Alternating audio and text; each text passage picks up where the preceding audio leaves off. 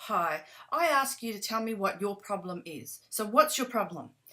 What I ask you to do is send in to me some of your management issues, particularly around people management.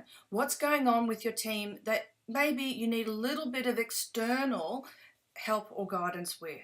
And so I've received one that I want to just quickly read to you, and then we'll get into looking at ways in which we can help this person manage their team. So, and I will read it. I'd like some tips on helping my team of 23 to address issues between each other, promptly, politely, and respectfully. Wouldn't we all?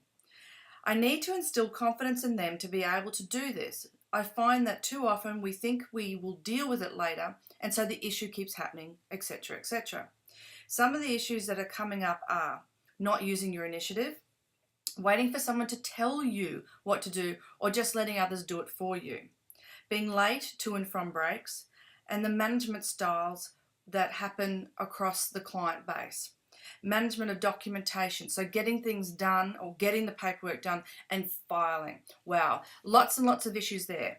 So first things first, I think it's about being clear of what your expectations are. When you set clear expectations, then people will be able to understand what's expected of them.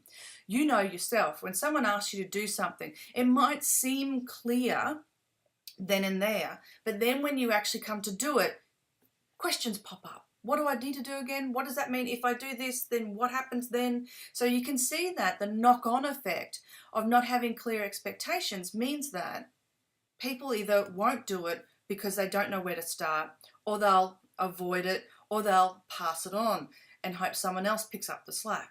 So clear expectations. And when you set those expectations, being sure that people know that they can come back to you with questions. And also, when you're giving your expectations, a time frame really helps.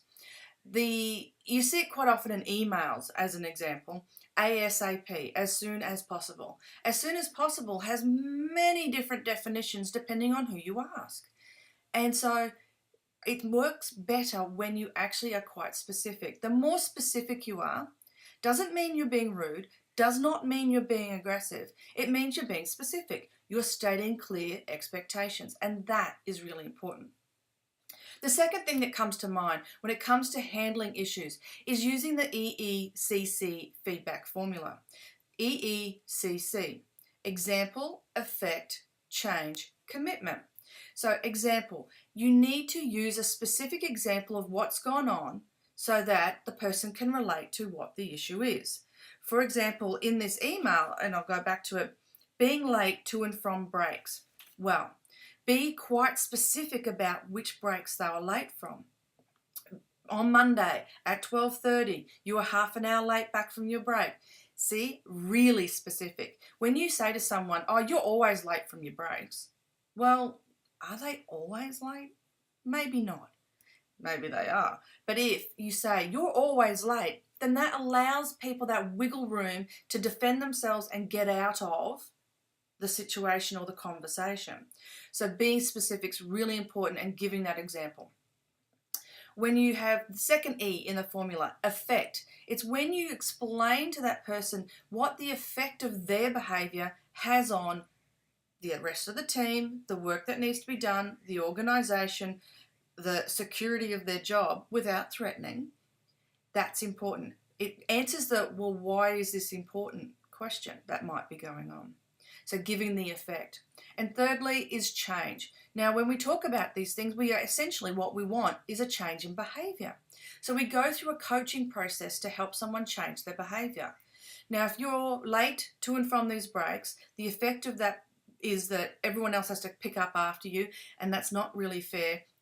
You're not seen to be taking responsibility for your work, and that won't look good in other people's eyes.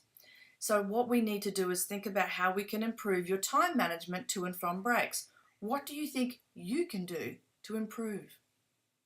It's coaching. We want to ask questions. We want the person to own the change in behaviour. So change. Only when they are completely stuck, only when they cannot come up with their own ideas for how they can change, then I would suggest you offer 3 options, just 3 options, and they need to pick which one.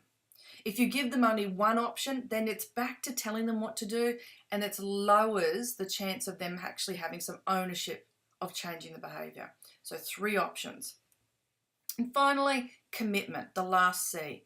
Now, it's not just what commitment they're going to give to this change, but also reassuring them that you're committed to helping them. I'm here, ask me any questions. If there's anything I can do to make sure this works, because I want you to be back to the standard that you are. You are a great worker and I want you back at that level. I'm committed to helping you. One of the great ways you can actually get commitment or understand the commitment level of your employee is to do something that's called a bit of a calibration. Now, it's a big word, but really what it means is asking the person how committed they are to doing the changed behaviour. For example, out of a score of 10, 1 being nah, 10 being absolutely committed, what score would you give yourself now to being committed to making the change?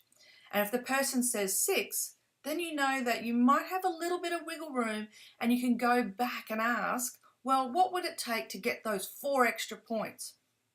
See? It's about having a conversation that builds that person to having complete commitment to the change you want. So I hope that helps. EECC and clear expectations. This is what you can help your team to be much better at dealing with their issues. What did you ask for? Promptly, politely, and respectfully. So those are 3 key things. Your role modeling of your behavior is also going to show them that what is expected. It's more subtle, but it's what's expected. Now, one final thing that might help. Name the elephant in the room. Get the group to come together and talk about what it is that's going on, that it makes them more difficult to be prompt and polite and respectful when it comes to problem solving. Maybe as a team building exercise, the group can come up with their own charter of behaviours that help them work together in problem solving and making sure they come together and they themselves are clear in their expectations. They use the EECC formula amongst themselves to be a stronger, productive, more effective team. Manage well.